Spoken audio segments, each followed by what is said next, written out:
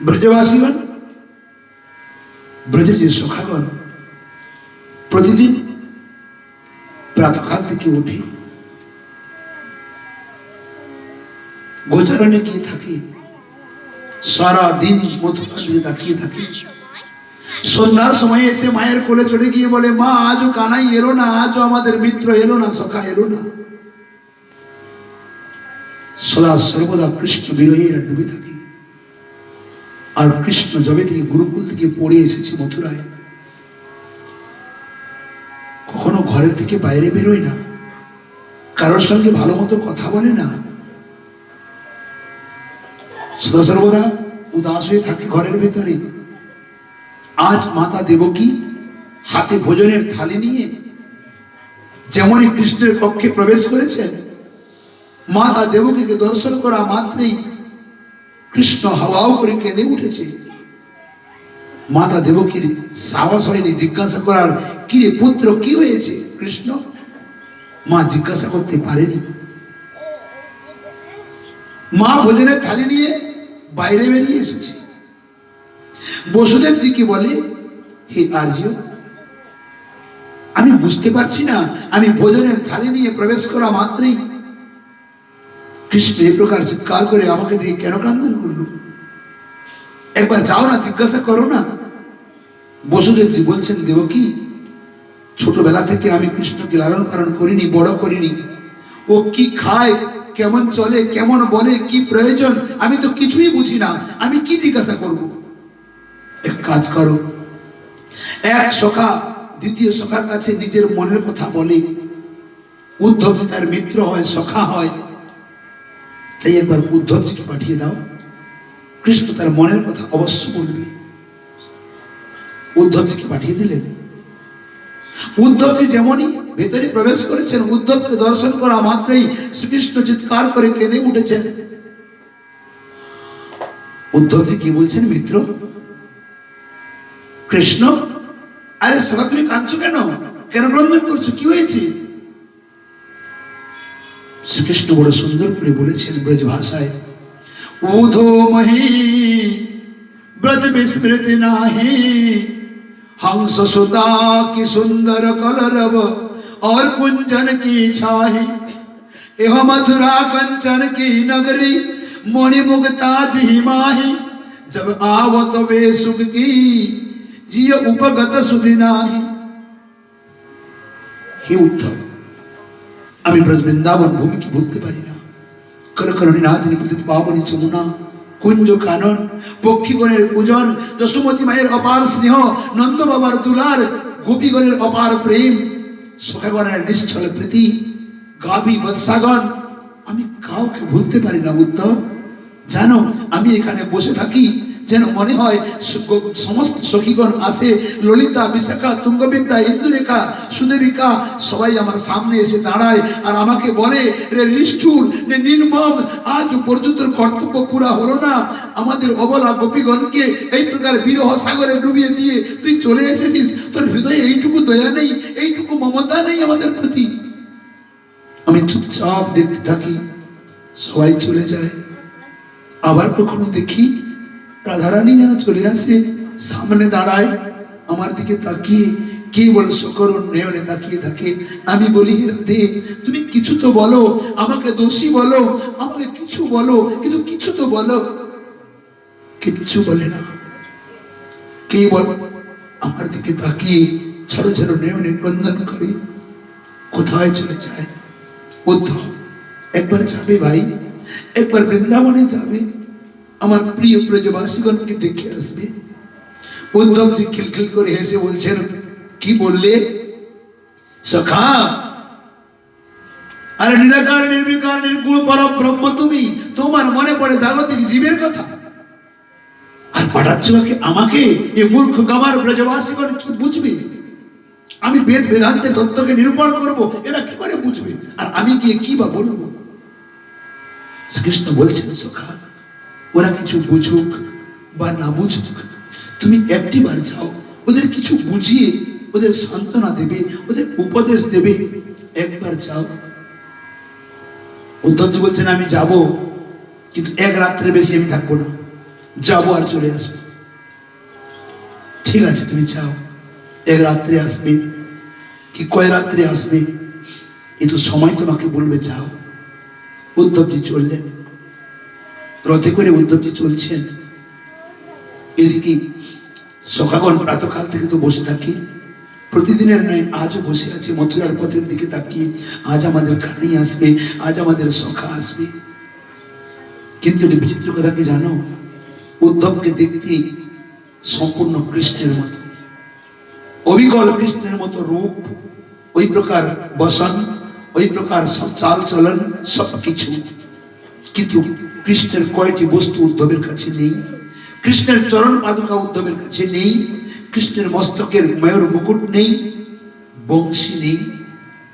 এই কয়টি বস্তু কেবল কৃষ্ণের নিজের সম্পদ, কারো কাছে থাকে না। উদ্ধবকে বললেন, উদ্ধব তুমি কি যাচ্ছ না, আমার গলার বনমালাটা নিয়ে যাও, নতুবা তোমাকে কেউ জিজ্ঞাসাও করবে না। কৃষ্ণের গলার বনমালাটা পরিয়ে দিলেন। উদ্ধবজি ধীরে ধীরে আসছেন। সখাগণ বলছে যে সখা, আজ যদি কানাই থাকতো, আজ গাভী বাছুর খুঁজতে যেতে হতো না, কোথায় পড়ে আছে কি জানি। এক সখা বলছে, জানিস কোথায় গেছে না, আর আমরা বংশের ধ্বনি শুনতে পাই না, ময়ূরগণ নাচে না। দেখতে দেখতে দেখি তো গাভী বাছুরগণ শুয়েছিল না, লেজ উপর দিকে করে দৌড়ে দৌড়ে মথুরার পথের দিকে যাচ্ছে। গাছে পক্ষীগণ উড়ে উড়ে যাচ্ছে, বাঁদরগণ লাফ দিয়ে দিয়ে যাচ্ছে। সখা, এত আনন্দ কি কারণে রে? দেখতো একবার, আমাদের প্রাণ সখা তো আসছে না, কানাই তো আসছে না। দেখে তো পথ পথ করে পতাকা উঠছে, একটি রথ আসতে আছে। ওহো, আমাদের কানাই আসছে, মথুরা থেকে আসছে, রাজবাড়ি থেকে আসছে না, তাই রথ নিয়ে আসছে। সবাই মিলে দৌড় দিয়েছে রথের কাছে। যখন রথের কাছে দৌড়ে পৌঁছে যায়, রথ দাঁড় করিয়ে দিয়েছে, রথ থেকে উদ্ধবজি ধীরে ধীরে নামছেন। সখাগণ বলছে, রে সখা, এ অন্য কেউ হবে রে, আমাদের কানাই নয়। আমাদের কানাই যদি হতো না, তো রথ থেকে লাফ দিয়ে আমাদের বুকে চড়ে যেত। এই অন্য কি হবে, আমাদের কানাই নয়। উদ্ধবজি নিচে নেমে হাত জোড়ো করে বলছেন, হে ব্রজবাসীগণ, প্রণাম। আমি বিষ্ণুবংশের মন্ত্রী, কৃষ্ণের পরম প্রিয় সখা, বৃহস্পতির শিষ্য, নাম আমার উদ্ধব। মিত্র আমাকে পাঠিয়েছে, সখা কৃষ্ণ পাঠিয়েছে নন্দ বাবা, যশোমতী মা, ব্রজবাসীগণ, রাধা রানী সবার সঙ্গে সাক্ষাৎ করার জন্য, সবাইকে কিছু কথা বা সন্দেশ দেওয়ার জন্য পাঠিয়েছে। এই ব্রজবাসীগণ বলতে পারবে নন্দ বাবার ঘরটি কোথায়? সখাগণ বলছে, রে মিত্র, রে সখা, এই তোর প্রেম, এই তোর ভালোবাসা। 1 বছর পরে যদি মনে পড়লো, নিজে আসতে পারলি না, মিত্রকে পাঠিয়ে দিয়েছিস। উদ্ধব, কি দেখতে এসেছো? আমাদের একমাত্র সম্পদ ছিল গোবিন্দ, আজ গোবিন্দ বিহনে তো আমরা সর্বহারা হয়ে গেছি। প্রাণ চলে গেছে, মথুরা মৃত দেহগুলি পড়ে আছে। হ্যাঁ, কংসের শ্রাদ্ধ দেওয়ার জন্য আমাদের দেহগুলি নিয়ে যেতে পারো, এই নিয়ে শ্রাদ্ধ দিতে পারো। কি বলে, নন্দ বাবার কক্ষে যাবে, যশোমতী মাকে দর্শন করবে, কাউকে জিজ্ঞাসা করতে হবে না। নন্দ বাবার ভবন কোনটা, কাউকে জিজ্ঞাসা করতে হবে না। এই যে জলের স্রোত দেখছো না, এ কোনো নদী নয়, এ কোনো নালা নয়। সমস্ত ব্রজবাসীগণ, নন্দ বাবা, যশোমতী মা, ব্রজের গাভী বাছুরগণ, সবার নয়নের জল স্রোত পড়ে যমুনায় গিয়ে মিলতে আছে। তুমি ওই জলের, নয়নের জলের স্রোত ধরে ধরে চলে যাও, সোজা নন্দ ভবনে পৌঁছে যাবে। উদ্ধবজির জ্ঞানের প্রথম সিদ্ধি এখানে সমাপ্ত। কারণ এত বড় আকর্ষণ যে নয়নের জলের স্রোত উনি কখনো দেখেনি। আগে আগে ব্রজবাসীগণ, পেছনে পেছনে উদ্ধবজি চলছে। ধীরে ধীরে পৌঁছে গেল নন্দভবনের সম্মুখে। বিচিত্র হাবেলি, বিশাল রাজপ্রাসাদ, ভব্য রাজপ্রাসাদ। সম্মুখে জলের ফোয়ারা, কিন্তু জল নেই। পুষ্প বাটিকা, কিন্তু ফুল নেই। এত বড় সুন্দর মহলে চতুর্দিকে আবর্জনাতে পরিপূর্ণ হয়ে গেছে, মাকড়সার জালে পূর্ণ হয়ে গেছে, সাফ সাফাই নেই। ধীরে ধীরে সিংহদ্বারে গিয়ে ব্রজবাসীগণ বলছেন, হে উদ্ধব, ভিতরে যাও, মা বসে আছে। উদ্ধব চরণ চেপে চেপে ধীরে ধীরে ভিতরে প্রবেশ করলেন। দেখেন তো মা, যশোমতী মা একটি দেওয়ালে হেলান দিয়ে চুপচাপ, চক্ষু খোলা হয়ে আছে, কোন দিকে তাকিয়ে আছে মাও জানে না, চুপচাপ বসে আছে। নয়ন থেকে অবিরল অশ্রুধারা প্রবাহিত হয়ে বক্ষ ভিজে চলে যাচ্ছে, মুখে কোনো শব্দ নেই, চুপচাপ স্থির হয়ে বসে আছে। উদ্ধবজি কি প্রণাম করে বলছেন, মা। মা বলা মাত্রই যশোমতী মা বলছেন, কি বাবা, ধীরে কথা বলো, আস্তে কথা বলো, জোরে বলবে না। আমি এই মাত্র না আমার নীলমণিকে মাখন মিষ্টি খাওয়াইয়ে আমি পাল্লায় শুইয়ে দিয়ে এলাম, যদি জোরে কথা বলো না তার ঘুম ভেঙে যাবে, আমি কাজ করতে দেবে না, বড় নটখট। উঠে পড়লে ঝামেলা বাঁধাবে, কখনো কথা বলবে না, আস্তে কথা বলো। উদ্ধবজি বলছেন, মা আমি সব বুঝে গেছি মা, তুমি দেখাতে পারবে তোমার নটখট লালা কোথায় আছে? কোথায় আছে তোমার নীলমণি? ওই তো পাল্লায় এক্ষুনি শুয়ে দিয়ে এসছি, চলো। কেন দেখাতে পারবো না? মা যশোমতী দৌড়ে চলে গেছে পাল্লার কাছে। পাল্লা মানে হলো দোলনা। দোলনাকে স্পর্শ করা মাত্রই মা আছাড়কে হা নীলমণি বলে মাটিতে পড়ে গেছে, মা মূর্ছিত হয়ে গেছে। কাছাকাছি সখীগণ ছিল, যশোমতী মায়ের দাসীগণ, তারা এসে মা যশোমতীর কানে কৃষ্ণ নাম করতে লাগলো। মায়ের চেতনা ফিরল। উদ্ধবজি চুপচাপ স্থির হয়ে গেছেন, দৃশ্য দেখে তটস্থ হয়ে গেছে। কি বলবেন, কোনো ভাষা নেই। যশোমতী মা যখন চেতনা এলো, উদ্ধবজি পরিচয় দিলেন, আমি কৃষ্ণের পরম প্রিয় সখা, আমাকে পাঠিয়েছে। মা যশোমতী বলছেন, রে উদ্ধব, আমি কি করি বল বাবা? এই ওই আগুন এইখানে না আমার কানাই, আমার নীলমণি হামাগুড়ি দিয়ে দিয়ে খেলে বেড়াতো, এইখানে না গড়ে যেত মাটিতে, আর বলতো আমাকে মাখন দাও, আমাকে চন্দা দাও, আমাকে নবনীত দাও। এই দোলনাতে দুলতো, এই শিকাতে করে আমি মটকি রাখতাম, মাখন মটকি। ऐसे बोलतो मैया मटकी फोड़ दूं, मैया मटकी फोड़ दूं, और मैं कहती थी फोड़ के दिखा। লাঠি মেরে দিত, ভেঙে যেত, মাখনে গোটা স্নান করে যেত। যেন হতো এই যে দরজাটা না পেরোতে পারতো না, হামাগুড়ি দিয়ে দিয়ে যেত, আর ওপারে কাদায় গোড়াগড়ি দিত, কান্না করতো, উঠিয়ে এনে আমি কত স্নান করাতাম। কি করি উদ্ধব, ওই আগুন এইখানে ঘুরে বেড়াতো, একটি একটি আমি চোখের সামনে ভেসে বেড়াই, আমি ভুলতে পারি না উদ্ধব, আমি আমার নীলমণিকে ভুলতে পারি না। বলতে বলতে নন্দ বাবা এলেন। যশোমতী মা বলছেন, মহারাজ দেখো দেখো কে এসেছে, দেখো আমার আমার কানাইয়ের সখা এসেছে, উদ্ধব এসেছে মথুরা থেকে। নন্দ বাবা এসে বলছেন, উদ্ধব, উদ্ধব বলো না বাবা, আমার কৃষ্ণ কি আমাদের কথা মনে করে, এই বুড়া বুড়ির কথা মনে করে? নিশ্চয়ই এ তো বলে বৃন্দাবনে বড় কষ্টে ছিলাম, মথুরায় খুব আনন্দে আছি। না হলে এও তো বলে মথুরায় বৃন্দাবনে আনন্দে ছিলাম, মথুরায় কষ্টে আছি, কিছু তো বলে। বলো না বাবা, কানাই কি বলে, আমাদের কথা মনে করে? নন্দ বাবা বলতে বলতে চেতনা হারিয়ে ফেললেন। কৃষ্ণ নাম শ্রবণ করালো।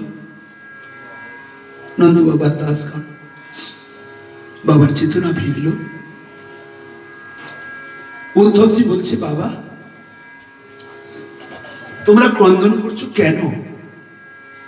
কার জন্য ক্রন্দন করছো? মনে করছো যাকে আমাদের পুত্র পুত্র বলে বলছো না, তুমি জানো না বাবা ও তোমাদের পুত্র নয়। নন্দবাবু বলছেন, কি বললে? কৃষ্ণ আমাদের পুত্র নয়? আমাদের পুত্র নয়? বলে না, ও তোমাদের পুত্র নয় তো কে সে? উদ্ধবজি বলছেন, ও তো জগদীশ্বর পরব্রহ্ম ভগবান, জগতের কোণে কোণে নিবাস করে, ও সাক্ষাৎ ভগবান। শোনা মাত্রই নন্দ বাবা বলছেন, উদ্ধব আজ জানলাম তোমার মতো মূর্খ এই ব্রহ্মাণ্ডে দ্বিতীয় আর কেউ নেই। আমি জানতাম তুমি পণ্ডিত, তুমি বিদ্বান, তুমি বৃহস্পতির শিষ্য, কিন্তু আজ জানলাম তোমার মতো মহামূর্খ এই জগতে দ্বিতীয় কেউ নেই। কেন জানো? আজ পর্যন্ত আমি জানতাম আমি আমার কানাইকে হারিয়েছি, আমার পুত্রকে হারিয়েছি, আর তোমার দৃষ্টিতে যদি আমার পুত্র ভগবান হয়, উদ্ধব আজ জানলাম আমি পুত্র হারাইনি, আমি ভগবানকে হারিয়ে ফেলেছি। উদ্ধব, পুত্র হারানো সহন করা যায়, ভগবানকে হারানো সহন করা যায় না। এই অসহনীয় যন্ত্রণা উদ্ধব তুমি বুঝতে পারবে না। তুমি এখানে এসেছো আমাদের সান্ত্বনা দিতে, না অগ্নিতে ঘৃতাহুতি দিতে এসেছো? উদ্ধবজির মুখের সমস্ত বাক্য এখানে সমাপ্ত। কথা বলার মতো কোনো জায়গা নেই। উদ্ধবজি মাথা নিচু করে বসে আছে। কোন ব্রজবাসীর ঘর থেকে ক্ষীর রন্ধন করে দিলেন। উদ্ধবজি ভোজন কি করবেন? ভোজন করার পরিস্থিতি নেই। ধীরে ধীরে রাত্রি প্রাতকাল হলো। যশোমতী মায়ের চরণে প্রণাম করে উদ্ধবজি বলছেন, মা, গোপীগণ, শ্রীমতী কিশোরীজি ও রাধা রানী, তাদের চরণ দর্শনের বড় ইচ্ছা, কোথায় পাবো তাদেরকে? মা যশোমতী বলছেন, উদ্ধব, যবে থেকে আমার নীলমণি চলে গেছে, ব্রজ গোপীগণ রাধা কেউ গৃহে ফিরেনি। আজ পর্যন্ত যমুনা কুলিনে কুঞ্জ কাননে তারা বসে আছে কৃষ্ণের আসার অপেক্ষায়। তারা বলেছিল, হে প্রাণ বল্লভ, তুমি যতদিন ফিরে না আসবে আমরা আর কেউ গৃহে ফিরবো না। তাই তারা ওখানেই আছে, চলে যাও। উদ্ধবজি নন্দগ্রাম থেকে আসছেন কোথায় না বৃন্দাবনে। পথিমধ্যে একটি বিচিত্র ঘটনা ঘটল। গাছে দুটি পাখি বসে আছে। এরা অন্য কেউ নয়, সুখসারী। সুখ বলছে কারণ উদ্ধবজি গোবিন্দের প্রসাদী বস্তু ছাড়া কিছু গ্রহণ করতেন না, তাই শ্রীকৃষ্ণের চরণের নূপুরও উদ্ধবজির চরণে আছে। এই জন্য গাছের যে সুখ পক্ষী বলছে, সারিকে আমার চোখ বন্ধ করে আছে, চোখ মেলে না। সুখসারী দুজনে কেউ চোখ মেলে না, দেখেও না চোখ মেলে। সুখ বলছে, সারিকে, বৃন্দাবনে না আমাদের প্রাণ গোবিন্দ এসেছে, আমাদের প্রাণ গোবিন্দ এসেছে বৃন্দাবনে। সারি বলছে, সুখ তুমি কি করে বুঝলে? ওই যে শোনো, আমাদের প্রাণ গোবিন্দের চরণের নূপুরের ধ্বনি শোনা যায়। সারি বলছে, জানো তুমি ভুল শুনছো, তোমার ধারণাটা ভুল। শুনছো ঠিক, কিন্তু ধারণাটা ভুল। যে নূপুরের ধ্বনি তুমি শুনতে পাচ্ছ, এ আমাদের গোবিন্দের চরণের নূপুরের ধ্বনি, এটা সত্য, কিন্তু ওই ধ্বনিটি যে চরণে হচ্ছে, ওই চরণটি আমাদের গোবিন্দের না। চোখ বন্ধ করে আছে পক্ষী জাতি, তারা কি করে বুঝলো যে গোবিন্দের চরণ নয়? তারা কেন চোখ বন্ধ করে আছে জানো? যবে থেকে কৃষ্ণ মথুরা গেছে তারা চোখ বন্ধ করে নিয়েছে। যদি কোনোদিন কৃষ্ণ আসে, তাকে দর্শন করব, তবে চোখ খুলবো, নতুবা আর বাইরের বস্তু দেখবো না। এতটা নিষ্ঠা তাদের। ধীরে ধীরে উদ্ধবজি গেলেন আগের দিকে। দেখেন তো, যমুনা পুলিনে বৃন্দাবনে নিধুবন থেকে অল্প দূরে, নিধুবনের মধ্যেই কুঞ্জের একটি বৃক্ষতে হেলান দিয়ে রাধারানী বসে আছেন তোমার বৃক্ষে।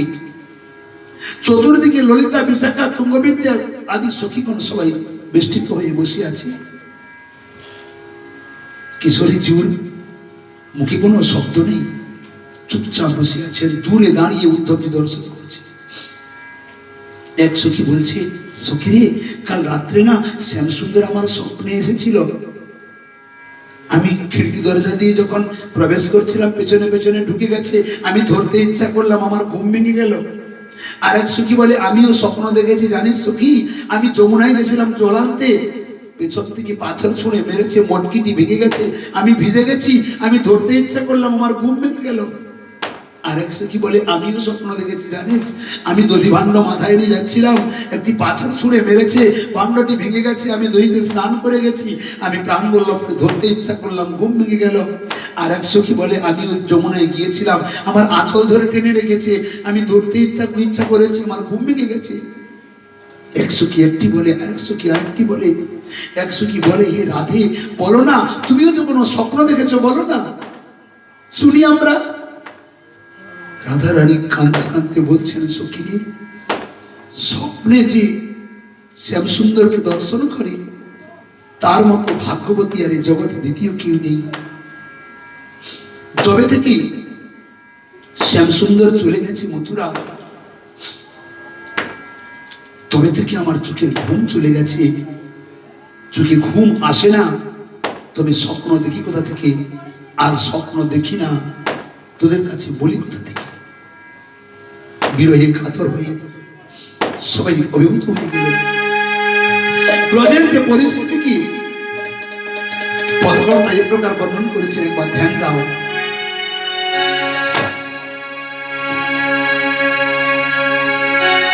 কি আর বাজাবি বসি শ্যাম ব্রজ নাহি গো, শ্যাম ব্রজ নাই,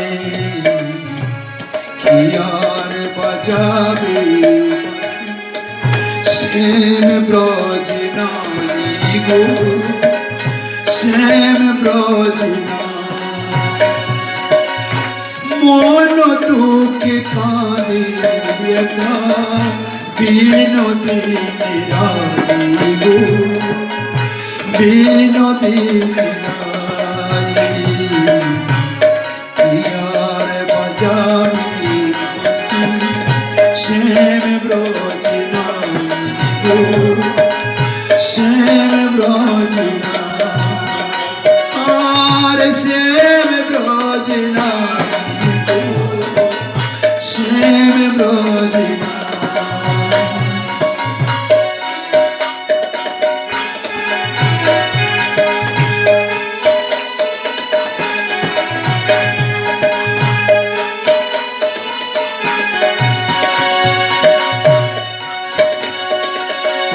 ফুলের বাসর খানি সাজাই রাই বিনোদিনী, ফুলের বাসর খানি সাজাই রাই বিনোদিনী, কত নিশি আছে বসি শ্যাম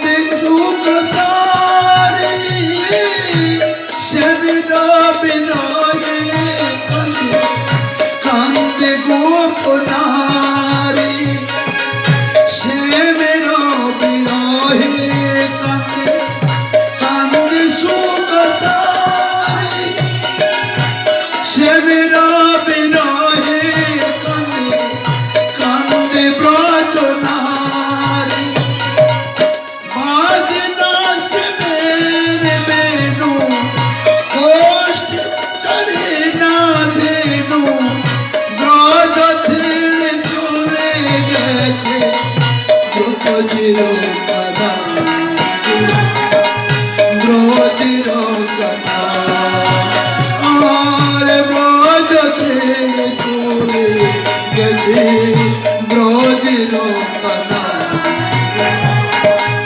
ব্রজের কনা বাজাবে শ্যাম ব্রজ শ্যাম ব্রজ আর শ্যাম ব্রজ শ্যাম ব্রজ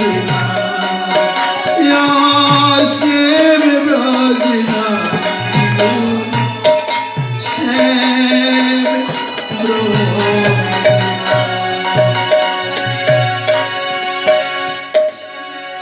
আজ ব্রজের পরিস্থিতি উদ্ভট সাগর গ্রন্থে বড় বিচিত্র বর্ণন করেছেন। শীর্ণা গোকুল মণ্ডল পশুকুলম সস্যায়ন স্পন্দতে মুকা কোকিল সংহতে শিখিকুলম নব্যাকুলম নৃত্যতি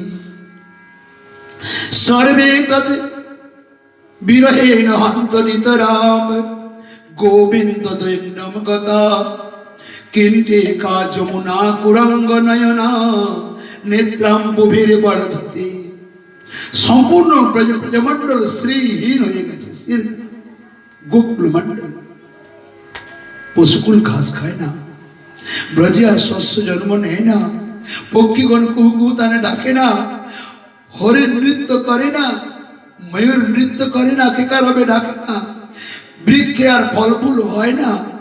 সম্পূর্ণ যমুনা শুকিয়ে গেছে, কিন্তু একমাত্র যমুনা কৃষ্ণ বিরহ রূপী নয়নের জলের স্রোতে দুকুল ঝাঁপিয়ে বইতে আছে। সেই যমুনার তীরে আজ ব্রজগোপীগণ বসে বসে অজোর ঝুড়ি ক্রন্দন করছেন। উদ্ধবজি দাঁড়িয়ে দাঁড়িয়ে দর্শন করছেন। এমন সময় দেখেন কোথা থেকে একটি ভ্রমর এলো, রাধারানীর চরণে গুনগুন করে ভ্রমণ করছে। আর রাধারানী বড় সুন্দরভাবে তাকে তিরস্কৃত করেছেন। মধুপকি তব বন্ধ মাস প্রসঙ্গে শপথনা কুচবিলুলে তমালা কুঙ্কুম শ্মশ্রুবীর্ণ বহতু মধুপতি স্তর মানিনী নাম প্রসাদম যদুষড় শিবিড়ম্বম যস্য তু তৎপ্রমেদিক। এই যে শ্লোক না, এর 10টি শ্লোকে পরিপূর্ণ।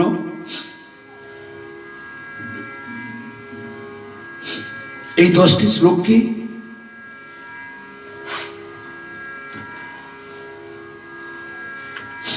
ভ্রমর গীত বলা হয়। এটি প্রজল্প, পরিজল্প, বিজল্প, সংজল্প, আজল্প, অবজল্প আদি আদি করে রাধারানীর হৃদয়ের ভাবনাকে প্রকট করেছেন। রাধারানী বলছেন, ভ্রমরকে আজও পর্যন্ত কালো ভ্রমরাকে বৃন্দাবনে কৃষ্ণের স্বরূপ মানা হয়। প্রায়শ দেখা যায় যদি কোনো ভাগবতে কালো ভ্রমর ঘরের মধ্যে প্রবেশ করে যায়, সবাই আনন্দে উৎফুল্লিত হয়ে ওঠে আজও পর্যন্ত। বিশেষভাবে এই কৃষ্ণ জন্ম বা উদ্ধব সংবাদের সময় বহু জায়গায় ভ্রমরকে দেখা যায়, কালো ভ্রমরকে আসতে, কৃষ্ণের স্বরূপ মানা হয়। কারণ রাধারানীর চরণ প্রান্তে এসে ভ্রমর ভ্রমণ করছিল। ভ্রমরের মুখে একটি হলদা হলদা দাগ থাকে, হলুদ রঙের। ওকে দেখে রাধারানী বলছেন, রে মধুপ, মধুপ অর্থাৎ যে মধু পান করে ভ্রমর, তুইও যে প্রকার শট লম্পট প্রবঞ্চক, তোর প্রভুও সেই প্রকার শট লম্পট প্রবঞ্চক। তুইও পুষ্পের মধু পান করে পালিয়ে যাস, আর তোর প্রভু সেও গোপী রূপী পুষ্পের মধু পান করে মথুরা পালিয়ে গেছে। তোরা দুজনেই সমান। চাচা দূরে যা, দূরে যা। কেন জানিস? আমি দেখতে পাচ্ছি মথুরায় নাকি কোনো কুবজা মিলেছে শুনলাম। ও গোবিন্দের, তোমার প্রাণ বল্লভের চরণের কুমকুম কেশর আদি চন্দন তাদের বক্ষস্থলে লেগেছিল, আর সেই বক্ষস্থলের কুমকুম চন্দন গোবিন্দের চরণে লেগেছিল। সেই চন্দন মুখে নিয়ে আমাকে জ্বালানোর জন্য এসেছিস। এখান থেকে দূর হয়ে যাক, মাস পিসাঙ্গরি, আমাকে ছুবি না। ভ্রমরটা একটু দূরে চলে গেল। রাধারানী বলছেন, ওরে মধুপ, তুই কোথায় গেলি? তুই তাড়াতাড়ি চলে আয়, আমি তোকে তিরস্কার করব না। জানিস, তুই গিয়ে আমার প্রাণ বল্লভকে কিছু বলবি না। যদি বলিস তার অন্তরে ব্যথা হবে, সে কষ্ট পাবে। চিন্তা করে দেখো, আজ 1 বছর কৃষ্ণ বিরোহী যে বিরোহিনী বসে আছে, সে বলতে রাজি নাই অন্তরের কষ্টটিকে। ভ্রমরকে বলছে, তুই গিয়ে সমাচার দিবি না, আমার প্রাণ বল্লভ কষ্ট পাবে। এইভাবে ভ্রমর কি হলো, রাধারানী সখীর গলা জড়িয়ে বলছে, সখী রে, আমি তো মৃত্যুকে বরণ করতে চাই, কিন্তু আমি যদি মরে যাই না, আমার যে দশা হবে, আমার প্রাণ বল্লভের ওই দশা হবে। মরিব মরিব সখী, নিশ্চয় মরিব, কারো হেন গুণনিধি কারে দিয়ে যাব। যখন ফিরে এসে দেখবে আমার রাধা কই, দেখতে না পায়, ও তো যমুনায় প্রাণ বিসর্জন দিয়ে দেবে। সখী, আমি তাই প্রাণ ত্যাগ করতে পারছি না। এইভাবে বর্ণন চলছে। এমন সময়ে ধীরে ধীরে উদ্ধবজি এসে বলছেন, হে গোপীগণ, হে কিশোরী জিউ, হে রাধে প্রণাম। আমি মথুরা থেকে এসেছি, শ্রীকৃষ্ণের সখা, নাম আমার উদ্ধব। আমি দর্শন করতে এসেছিলাম, ভাগ্য আপনাদের দর্শন হলো। একটি কথা বলবো, তোমরা এভাবে প্রাণ বল্লভ, হে প্রাণ বল্লভ, হে কৃষ্ণ ইতি ইতি বলে কেন ক্রন্দন করছো? আরে তোমরা কি জানো, যাকে প্রাণ বল্লভ বলে বলছো না, ও তো নিরাকার, নির্বিকার, নির্গুণ পরব্রহ্ম। নিরাকার পরব্রহ্মের চরণে মন লাগাও। গোপীগণের নয়নে জল, ঝরঝর নয়নে ক্রন্দন করছিল, মুখে হাসি এসে গেছে। আর বলছি, গোপীগণ, হে উদ্ধব প্রণাম। কাকে কি উপদেশ দিতে এসেছো তুমি? কি বললে? নিরাকার পরব্রহ্মের চরণে মন লাগাবো। তোমার সিদ্ধান্ত তোমাতেই পর্যবসিত হয় না, তো তুমি কাকে উপদেশ দাও? আরে যদি পরব্রহ্ম নিরাকার হয়, তার চরণ কোথা থেকে এলো মন লাগাবো? যে নিরাকার, তার আবার চরণ কোথা থেকে এলো? উদ্ধব, তুমি জানো না নিরাকার, নির্বিকার, নির্গুণ কাকে বলে? আমাদের প্রাণ গোবিন্দের কোনো প্রাকৃত আকার নেই, তাই সে নিরাকার। সচ্চিদানন্দ ঘন বিগ্রহ, তাই সে সাকার। প্রাণ গোবিন্দের কোন প্রাকৃত গুণ নেই, তাই সে নির্গুণ। অপ্রাকৃত দিব্য দিব্য গুণে বিভূষিত, তাই সে সগুণ। গোবিন্দই নিরাকার, গোবিন্দই সাকার, গোবিন্দই সগুণ, গোবিন্দই নির্গুণ, গোবিন্দই নির্বিকার, গোবিন্দই সবিকার। उधो तुम भये बहुरे पाती लेके आए दौड़े, यहाँ तो रोम जोग कहाँ रखो, यहाँ तो रोम रोम श्याम है। তোমার যোগ কোথায় রাখবো? ব্রজগোপীগণ বড় সুন্দর বর্ণনা করেছেন। শেষ গণেশ মহেশ দীনেশ সুরেশ যাহি নিরন্তর ধ্যাবে, তাহি অনাদি অনন্ত অখণ্ড খেদ অভেদ সুবেদ बतावे। যাকে শেষনাথ, গণেশজি, ভোলেনাথ, সূর্যদেব, ইন্দ্রদেব সবাই নিত্য নিরন্তর যার গুণগান করে, যাকে বেদ বেদান্তে অনাদি অখণ্ড অনন্ত অভেদ আদি বলে বর্ণন করে।